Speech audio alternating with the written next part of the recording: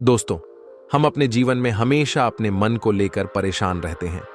हम यह सोचते हैं, हमारा मन भला शांत कैसे होगा। हमारे मन में तो तरह तरह के विचार चल रहे हैं। हम करना कुछ और चाहते हैं, परंतु हमारा मन हमसे कुछ और ही काम करवा लेता है। दोस्तों, आप भी अगर इसी सवाल का जवाब ढूंढ रहे हैं तो इस वीडियो को अंत तक जरूर देखना। और अगर आप हमारे चैनल पर नए हैं तो इस चैनल को सब्सक्राइब और वीडियो को लाइक जरूर करें। जब भगवान गौतम सत्य की खोज में निकले थे तो उन्होंने कई तरीके आजमाए। उन्होंने कई तरह के कर्मकांड किए, लेकिन इससे उन्हें कुछ हासिल नहीं हुआ। उनका शरीर कमजोर और दुबला पतला हो गया, पर सत्य को पाने में वह असफल रहे। उनके गुरुओं ने उन्हें कई उपाय बताए, लेकिन कोई भी उपाय सफल नहीं हुआ।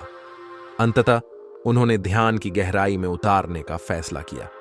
जब वह ध्यान में लीन हुए तो धीरे धीरे उन्हें अपने प्रश्नों का उत्तर मिलना शुरू। ध्यान के माध्यम से गौतम बुद्ध ने अपने सभी विचारों पर विजय प्राप्त की। उन्होंने अपनी हर भावनाओं पर नियंत्रण पाया, पाप के मार्ग को हराया और काम वासना पर भी विजय प्राप्त की। यह सब ज्ञान की गहरी अवस्था में संभव हुआ। कई दिनों तक ध्यान की अवस्था में रहने में उनका मन और मस्तिष्क पूरी तरीके से शांत हो गया।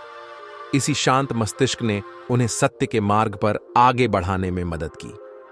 ध्यान करने से हमारा मन स्थिर और शांत हो जाता है।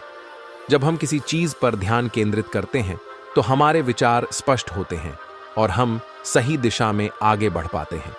इसलिए ध्यान को अपने दिनचर्या का हिस्सा बना। जब हम ध्यान करते हैं तो हमारा पूरा ध्यान इस चीज पर केंद्रित हो जाता है। हमारा दिमाग इधर उधर नहीं जाता और हम हर चीज को स्पष्टता के साथ समझने लगते हैं। ध्यान ही वही तरीका है जो न केवल हमारे मस्तिष्क को शांत करता है, बल्कि हमें अंदर से मजबूत भी बनता है। गुरु ने बौद्ध भिक्षु का उदाहरण देते हुए कहा, बौद्ध भिक्षु हमेशा ध्यान की प्रक्रिया पर जोर देते हैं।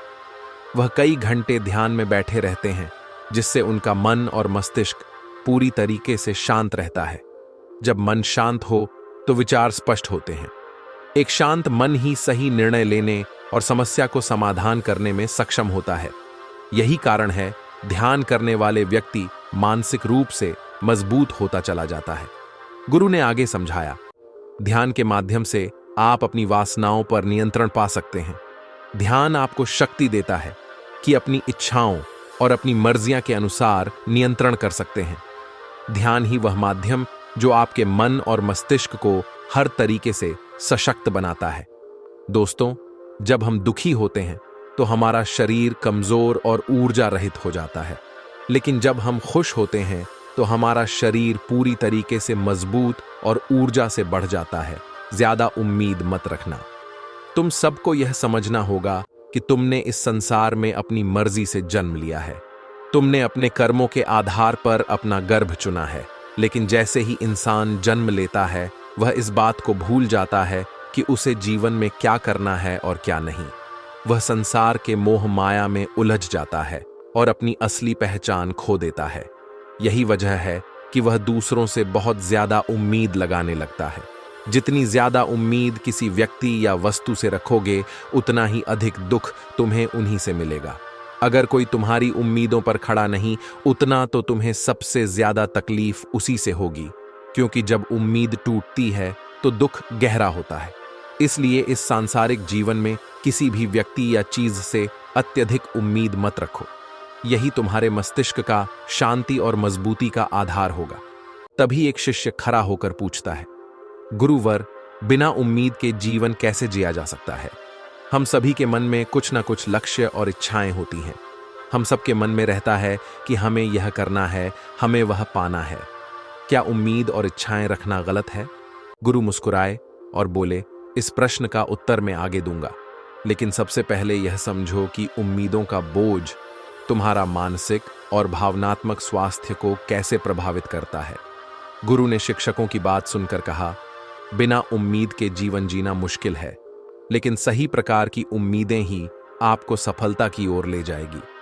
गुरु ने समझाया, कुछ पाने की इच्छा, कुछ बड़ा बनने की लालसा आपके भीतर से आनी चाहिए, न कि किसी और व्यक्ति या वस्तु स्थिति पर आधारित होनी चाहिए।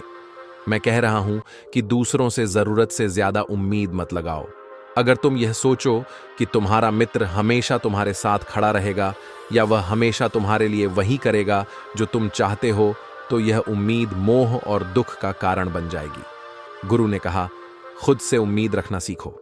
अगर तुम अपने आप से अपेक्षा रखते हो तब वह पूरी नहीं होती तो दुख जरूर होगा, लेकिन वह दुख सीमित होगा। वही दूसरों से उम्मीद रखने पर अगर वह पूरा ना हो तो दुख गहरा होता है। यही बात माता पिता बच्चों पर भी लागू होती है। गुरु ने गंभीर स्वर में बोला, कई बार माता पिता अपने अधूरे सपनों का बोझ बच्चों पर डाल देते हैं। वह चाहते हैं कि उन्होंने अपने जीवन में जो हासिल नहीं किया वह उनके बच्चे पूरा करें। बच्चे उनकी उम्मीदों के तले दब जाते हैं और उनकी स्वतंत्रता छीन जात है। इसलिए मैं सभी से कहना चाहता हूं कि अपने सपनों और उम्मीदों का पहाड़ बच्चों पर मत डालो, उनको अपनी राह खुद तय करने दो। दोस्तों, गौतम बुद्ध की यह कहानी अगर आपको अच्छी लगी तो इस वीडियो को लाइक करें और कमेंट में नमो बुद्धाय जरूर लिखें।